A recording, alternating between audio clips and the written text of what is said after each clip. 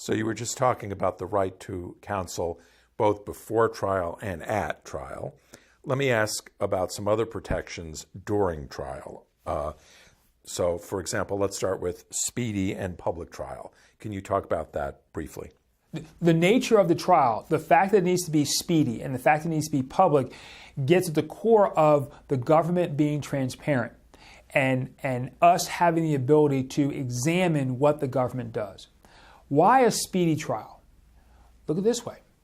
Government has no right to restrict your liberty unless there's a reason for it. So as a consequence, government shouldn't be able to restrict your ability to go where you want to go, how you want to go there, and how you go about your business unless there's a reason. If the government can't try you quickly, likely it's because the government doesn't have the information necessary to try you. As a consequence, if that's the case, the government shouldn't be trying you at all. Hence, we need a speedy trial in order for it to be fair. We also want to make sure that memories don't fade too much, issues along those lines. Now, why does the trial need to be public?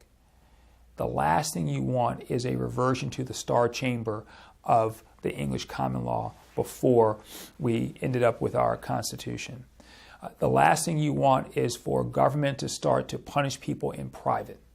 When that happens, it's entirely possible that anyone gets snatched up off the street and all of a sudden goes through a private trial, or at least a trial that's not open to the public, that will allow government to do things behind closed doors that it could never do in the light of day.